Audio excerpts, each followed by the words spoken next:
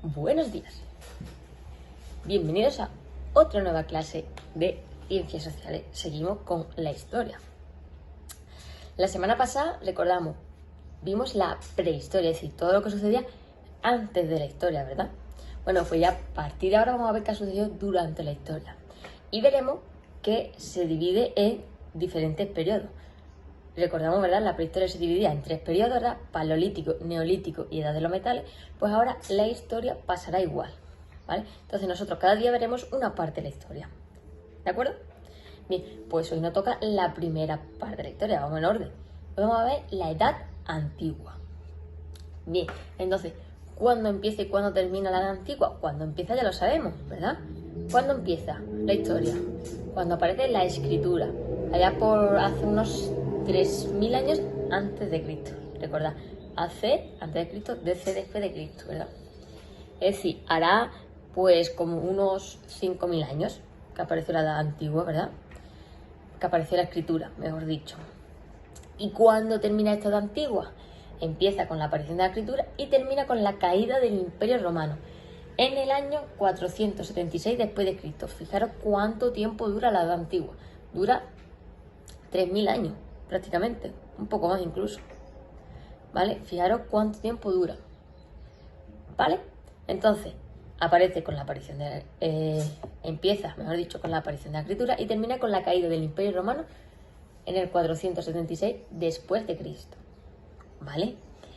¿Y qué pasa durante toda esta época? Pues pasan muchas cosas, importantes avances y creaciones, por así decirlo, ¿vale? ¿Qué pasa? Pues surgen, se desarrollan, mejor dicho, las primeras civilizaciones, aparecen los primeros estados,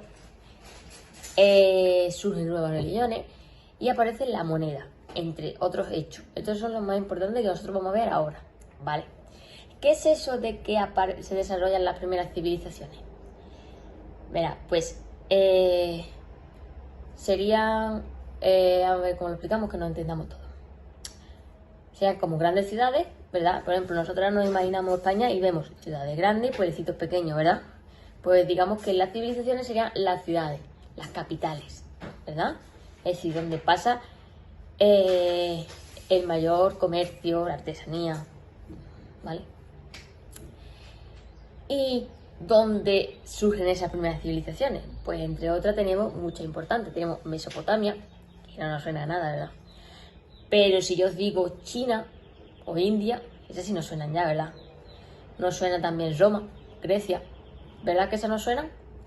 Pues son ciudades que están, o territorios, mejor dicho, que están repartidos por todo el mundo, ¿verdad? Que es donde hay mayor actividad económica. Vale.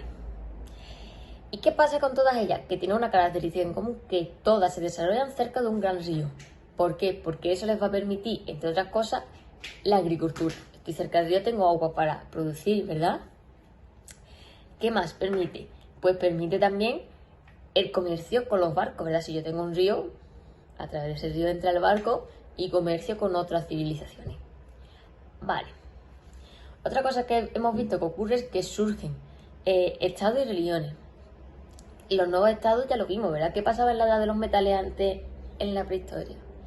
Que empiezan a surgir ciudades amuralladas y gobernadas por un jefe, ¿verdad? Pues ahora aquí pasa exactamente igual, un estado gobernado por un rey, ¿vale? ¿Y quién era el rey? Pues era una persona que tenía mucha riqueza, ¿verdad? Y que se auto-otorgaba ese poder, por así decirlo. Y al tener ese poder, ¿qué hacía? Pues controlaba campesinos, a los artesanos, a las personas que se dedicaban a la agricultura, a la ganadería y a los esclavos, es decir, personas que no tenían nada, que ellos los cogían y los convertían en esclavos, es decir, en sus sirvientes. Tenían que hacer lo que ellos dijeran.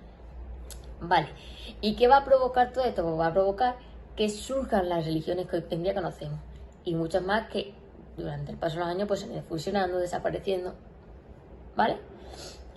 Y por último nos dice que aparece la moneda. ¿Por qué aparecerá la moneda? Pues porque toda esta aparición de las grandes civilizaciones, de los estados, ¿qué hace? Hace que el comercio crezca. hay ya comercio entre civilización y otra. Entonces, necesito algo con lo que pagar, ¿verdad? Entonces, por eso que surge la moneda. Sí es cierto que durante esta época también se llevaba eso del trueque, es decir, yo te doy algo a cambio de que tú me das algo, ¿vale? Y por último, ¿qué pasa? Pues que hay un gran desarrollo cultural y artístico.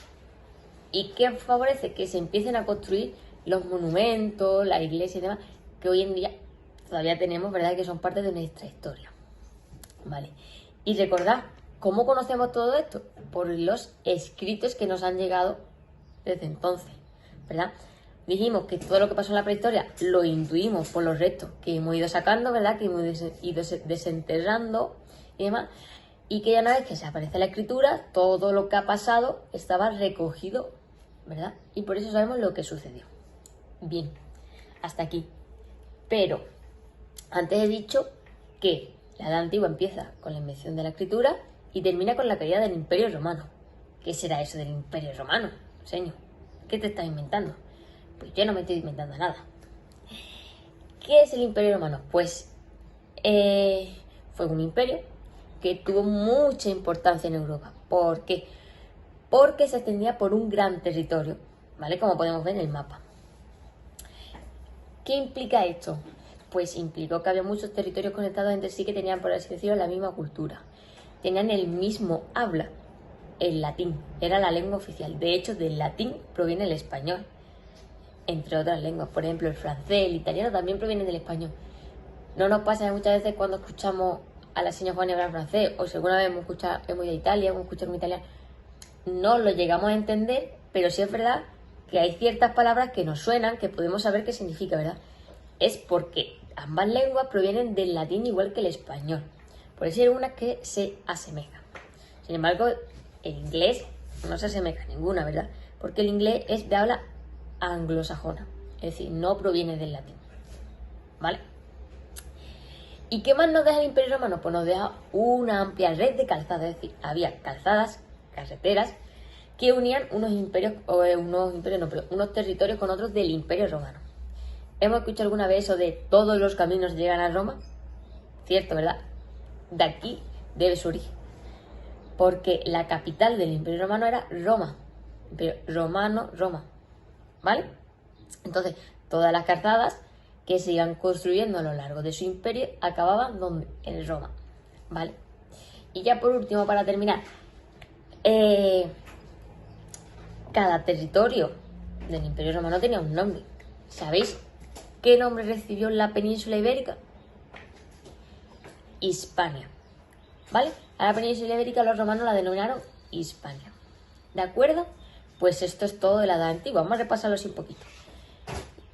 ¿De dónde a dónde va la Edad Antigua? Pues va desde la aparición de la escritura hace 3000 años antes de Cristo hasta la caída del Imperio Romano hace 476 años después de Cristo. ¿Qué ocurre durante la Edad Media? Pues que se desarrollan las primeras civilizaciones, aparecen los primeros estados, surgen nuevas religiones y aparece la moneda. Eso como grandes hitos, ¿verdad? Y hemos visto también un poco por encima qué es eso del Imperio Romano, ¿vale? Cuando este imperio termina, cuando termina la Edad Antigua. Y se caracterizaba por tener muchos territorios, ¿verdad?, por Europa, que estaban conectados entre sí por calzadas y hablaban una misma lengua, el latín. ¿Y cómo denominaron a la península ibérica? Hispania. ¿Vale? Pues esto es todo de la Edad Antigua. Nos vemos en la siguiente clase de Ciencias Sociales.